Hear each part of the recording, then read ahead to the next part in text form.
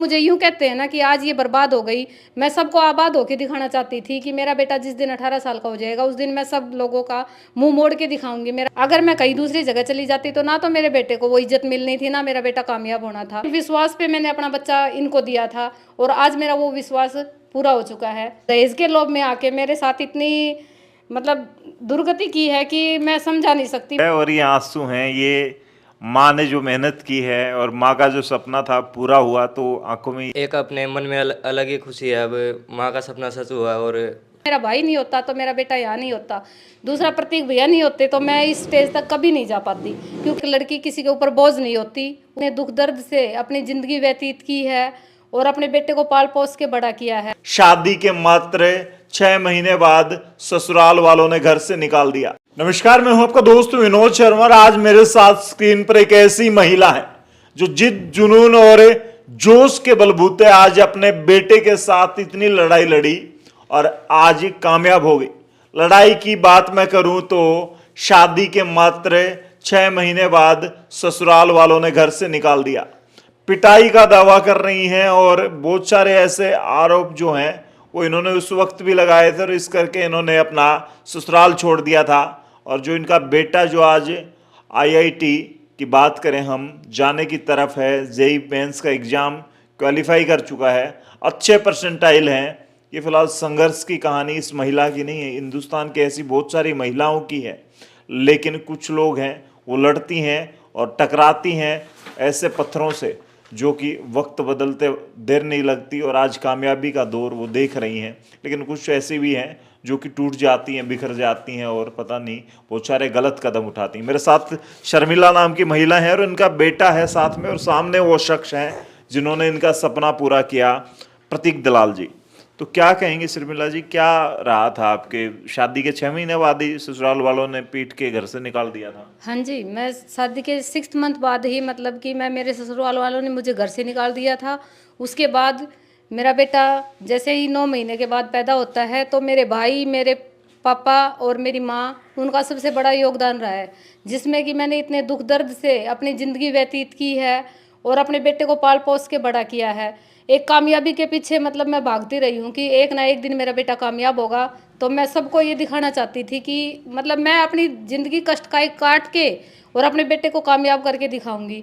तो उसमें मेरे भाई का सबसे बड़ा योगदान रहा है। मेरे पापा के एक्सपायर होने के बाद में मेरे भाई ने मतलब मेरे भाई का भी एक मकसद रहा है कि मेरे भांजे को मैं इतना कामयाब करके दिखाऊं कि सबको यूं पता चले कि हर लड़की, हर मतलब एक लड़की किसी के ऊपर बोझ नहीं होती, उसका बच्चा उसके लिए सब कुछ होता है और उसको पाल पोस के वो इतना कामयाब करना चाहता है कि सब ये कहे कि उसके मामा ने उसके लिए इतना भाई अच्छा वो सब सिस्टम तैयार किया कि अपनी माँ के लिए सब कुछ कर सकता है वो। अब पीयूष, जेईई मेंस क्वालिफाई कर दिया, यस।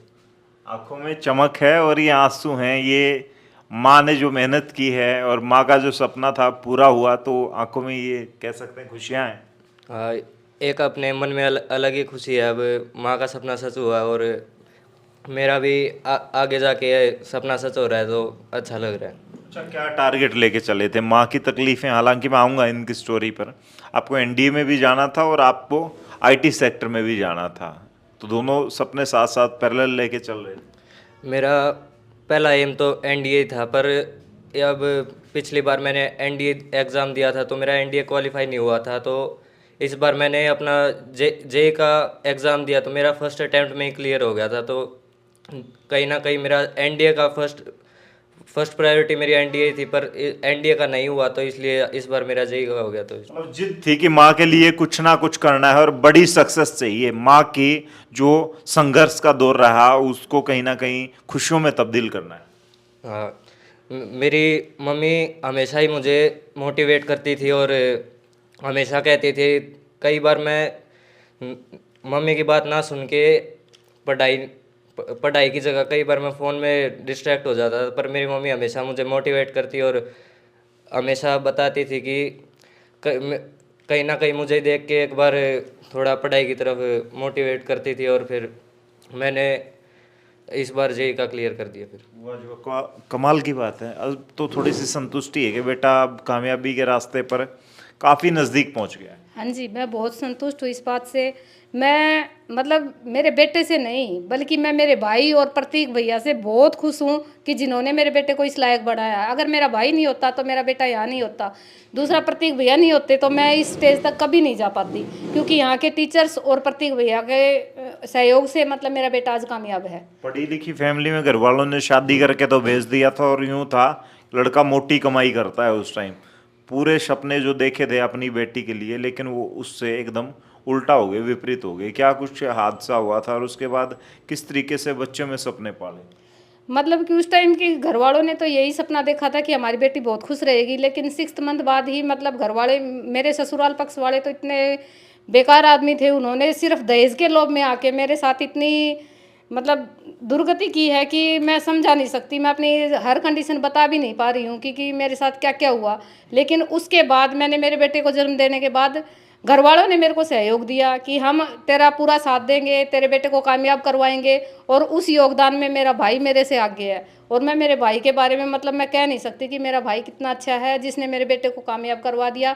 साथ में प्रतीक भैया का है कि उन्होंने एक विश्वास दिलाया था मुझे, मैं एक विश्वास पे मैंने अपना बच्चा इनको दिया था, और आज मेरा वो विश्वास पूरा हो चुका है। तो मैं उनका तो दिल से बहुत बहुत धन्यवाद करती हूँ। अगर वो नहीं होते, ना मुझे विश्वास दिलवाते, तो शायद आज मेरा बेटा कामयाब नहीं हो पाता। अच्छा, जो एक एज होती है, कई बार बहुत सारे मामलों में बहुत सारी लड़कियों के या फिर लड़कों के डिवोर्स हो जाते हैं, कुछ महीने बाद, कुछ साल बाद शादी के या नई जीवन की तरफ ढल जाते हैं। आपने ऐसा फैसला क्यों नहीं लिया? क्योंकि इसमें मैं हमेशा मेरे बेटे को देखती थी, क्योंकि अगर मैं कहीं दूसरा फैसला ले लेती तो मेरे बेटे को वो इज्जत नहीं मिल पाती जो आज है, और ना मुझे वो इज्जत मिल पाती। क्योंकि मेरे बेटे के साथ आज मेरी बहुत इज्जत है, और मेरा भाई मेरे साथ है, मेरा बेटा मेरे साथ है। अगर मैं कहीं दूसरी जगह चली जाती तो ना तो मेरे बेटे को वो इज्जत मिलनी थी, ना मेरा बेटा कामयाब होना था। और मतलब मैं नहीं चाहती थी दूसरी जगह शादी करना, क्योंकि मेरा बेटा मेरे लिए सब कुछ था। मैं सारी दुनिया को एक चीज़ दिखाना चाहती थी कि जो मुझे यूँ कहते हैं ना कि आज ये बर्बाद हो गई, मैं सबको आबाद होकर दिखाना चाहती थी कि मेरा बेटा जिस दिन 18 साल का हो जाएगा उस दिन मैं सब लोगों का मुंह मोड़ के दिखाऊंगी। मेरा बेटा कामयाब होने के बाद में सबके सब उल्टे हो जाएंगे, सब कहेंगे कि आज इसका बेटा कामयाब हो गया, आज शर्मिला ये हो गई, आज वो हो गई। और आज वो स्थिति खड़ी हो चुकी है, क्योंकि उसमें आज सब मुझे यही बोल रहे हैं, देखो इसने इतने दुख दर्द में अपने बेटे को पाल पोस के और आज अपने बेटे के साथ खड़ी है, इसका बेटा कामयाब हो गया, आज इसकी ज़िंदगी बन गई। गुरुजी क्लास का साथ कैसे, ये डिफेंस गुरुजी, इनका यूट्यूब चैनल भी आप देख सकते हैं, इनका बहुत बड़ा 2-3 लाख तो सब्सक्राइबर हैं। डिफेंस गुरुजी के साथ या गुरुजी क्लासेस के साथ कैसे जुड़े, और बच्चे का सपना क्यों लगा ऐसा कि यहीं पे सिद्ध हो सकता है आपके जो अरमान है? मेरे पास जैसे +1 में मेरा बेटा हुआ, उस टाइम मेरे पास DGG से कॉल आई, तो बोले कि एक बार आप आके बात करके देखो, आपको पता चले कैसा क्या सिस्टम है। मैं फर्स्ट टाइम आई तो मेरी प्रतीक भैया से मुलाकात हुई थी। उन्होंने मुझे कि सपना दिखाया था कि अपने बच्चे को कामयाब करना है। मैंने बोल दिया कि हाँ जी। तो उन्होंने मुझे जो सपना दिखाया था वो सपना मेरा पूरा हो चुका है, और उसी विश्वास पे मैंने मेरे 2 बच्चे यहाँ दिए थे, और मेरा विश्वास कंप्लीट हो चुका है। तो मैं उनका मतलब दिल से बहुत बहुत धन्यवाद करती हूँ। और जुड़ने के बाद मैंने मेरे 2 बच्चे और भी डाले हैं, और मैंने यहाँ का रिजल्ट भी देखा है। तो जहाँ गुरुजी क्लासेज हैं तो सिलेक्शन कन्फर्म है। वाह जी वाह, कमाल की बात है दलाल साहब। आजकल तो पेरेंट्स बोलने लग गए, पहले तो आप यही बात कहा करते कि इस्तेमाल करो फिर विश्वास करो, इस्तेमाल करके भिवानी वाले खुद बोलने लगे कि गुरुजी क्लासेस कामयाबी का दूसरा नाम है। ऐसा है सर। शर्मिला जी के लिए ना मैं एक ही बात कहना चाहूँगा, कुछ लोग प्रेशर में आके ना टूट जाते हैं, और कुछ लोग रिकॉर्ड तोड़ देते हैं। ज़्यादा बड़ा फ़र्क नहीं, कुछ लोग टूट जाते हैं और कुछ लोग रिकॉर्ड तोड़ देते हैं। तो बेटे ने वो रिकॉर्ड तोड़ा है। रही बात पीयूष की और प्रतीक की स्टोरी में, ज़्यादा बड़ा फ़र्क नहीं है, बस फ़र्क इतना ही है, पीयूष 6 महीने का था, मैं 11 महीने का था। मैं आपकी आंखों में आंसू देख पा रहा हूँ। है सर, मैं फील कर पा रहा हूँ इस चीज़ को। ठीक है, तो 6 महीने और 11 महीने का फ़र्क है, और कोई फ़र्क नहीं था। बराबर रूप से लड़े हम लोग। मैं व्यक्तिगत मेरे जीवन का संघर्ष बहुत ज़्यादा रहा है, और आज भी है, और आगे भी होना चाहिए। संघर्ष नहीं होगा तो आप आगे नहीं बढ़ सकते हो। आप ना ये मत पढ़ाओ हम लोग आज़ाद कैसे हुए, आप ये पढ़ाओ हम गुलाम कैसे हुए। फ़र्क है दोनों में से। मतलब आप तकलीफ सामने वाला जो फैमिली है उसकी तकलीफ नहीं मानते, पेरेंट्स की, वो खुद का। जिस दिन शर्मिला जी आई थी यहाँ पे, तो मेरा बड़ा कोऑपरेशन रहता है उन बच्चों के साथ जिनके साथ उनके फादर नहीं रहे। एक अकेली औरत जब बच्चे को पालती है ना सर, तो 100 आदमी अगेंस्ट में खड़े होते हैं। साला कोई करके दिखाओ। मैं तो ये बोलता हूँ, ऑन रिकॉर्ड बोल रहा हूँ, हालांकि लैंग्वेज थोड़ी ठीक नहीं लेकिन करके दिखाओ, मैं तो ये कहूँ, है ना। अपने बच्चों को जो जिनको बहुत ज़्यादा घमंड होता है, एक बार तुम ऐसे लोगों के साथ बराबरी की औकात नहीं है, मतलब लोगों की सर, औकात कह रहा हूँ, एक औकात ऐसा वर्ड है जिसका इंग्लिश का कोई कन्वर्जन नहीं है, मैं आपको बताऊँ, कहने में हिंदी में मज़ा आता है। तो हमने ऐसे ऐसे बच्चों को ट्रेन किया है।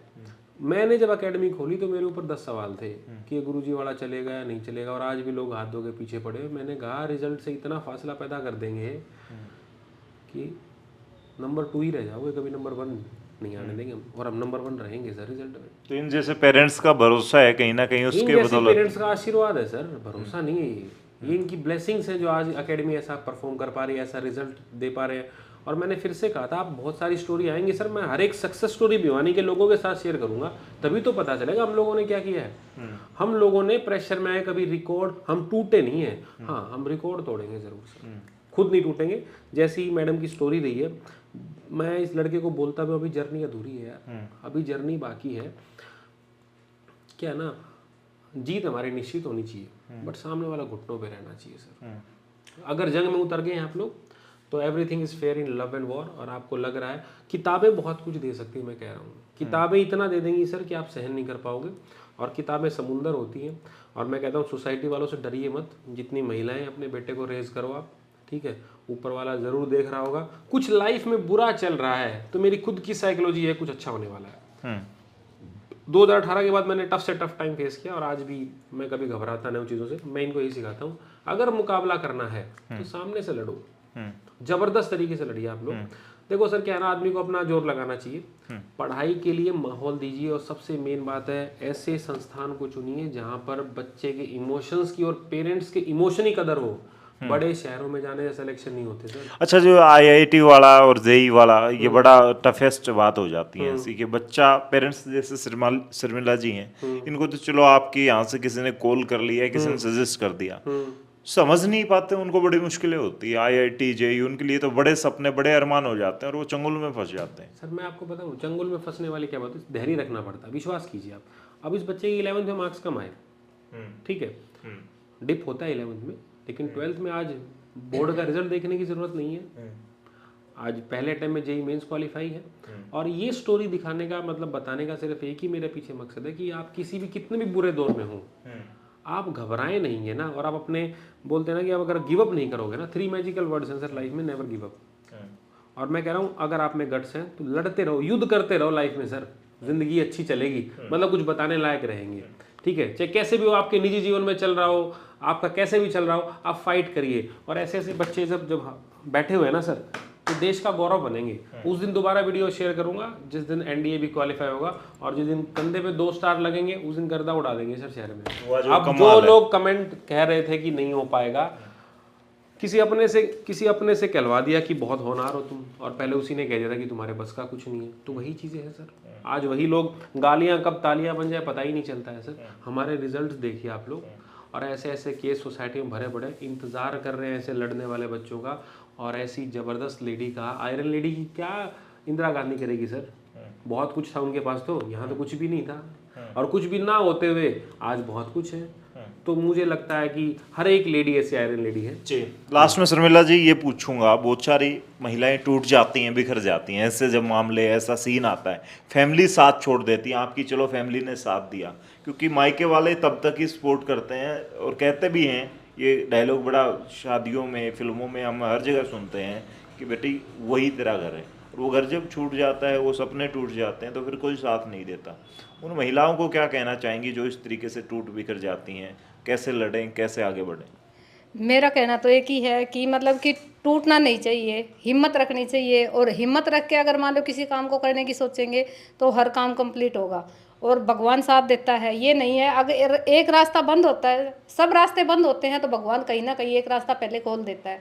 तो मेरा तो मानना यही है कि कभी भी अपनी ज़िंदगी से हार नहीं माननी चाहिए, संघर्ष करना चाहिए। भगवान उस चीज़ का एक ना एक दिन मैं तो यही विश्वास दिलाती हूँ कि भगवान एक ना एक दिन ऐसा साथ देता है, एक ऐसा रास्ता खोलता है जिसमें उसका भविष्य उज्जवल जरूर होगा। और शर्मिला जी को लेके मैं एक लाइन कहना चाहता हूँ सर, और बहुत अच्छी लाइन है, महिलाओं के लिए स्पेशल है। तकलीफ बहुत है लेकिन हौसले जिंदा हैं, तकलीफ बहुत है लेकिन हौसले जिंदा हैं। अरे ये वो है जिनके आगे मुश्किलें शर्मिंदा है सर। बुआ जी, तो लास्ट में भाई इस वीडियो को शेयर करने के लिए आपसे अपील करना चाहूंगा दिल से, क्योंकि एक महिला जो लड़ने चली, एक महिला जो कामयाबी के रास्ते खोजने चली, उनको कहीं ना कहीं स्पीड जो गति दी वो दी गुरुजी क्लासेस ने, वो दी इनकी फैमिली ने, और वो दी समाज ने।